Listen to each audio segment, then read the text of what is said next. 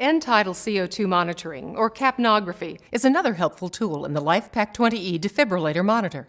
Use it to continuously measure the expired carbon dioxide in adult and pediatric patients. It's important to be familiar with your filter line's instructions for use. Okay, let's set up for monitoring.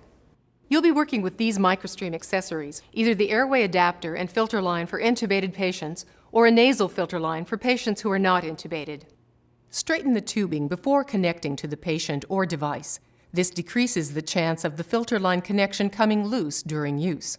The 20E is on. Open the connector door and connect the filter line. Turn the filter line clockwise and use the tabs to tighten. Make sure it's firmly seated and can no longer be turned, but don't use excessive force because it will damage the connector.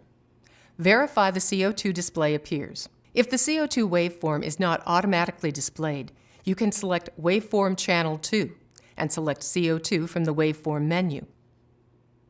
Now put the filter line on the patient like this for intubated, or this for non-intubated.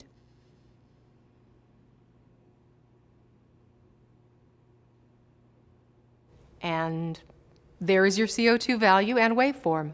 The monitor automatically selects the scale for the best visualization of the waveform. For your reference, CO2 must be greater than 3.5 for the waveform to appear, and at least 8 to recognize a breath and count a respiratory rate. The end-tidal CO2 monitor has a built-in apnea alarm. Once a valid breath has been detected, the apnea alarm triggers if the monitor hasn't detected a breath for 30 seconds. The message, "Alarm Apnea," appears, and the time since the last detected breath. You can temporarily silence the alarm tone by pressing Alarms. First, check the patient and whether the filter line is still attached. The alarm clears when the next breath is detected. When you're done with CO2 monitoring, disconnect the filter line and dispose of it. Do not reuse, sterilize, or clean CO2 accessories. They are for single-patient, one-time use.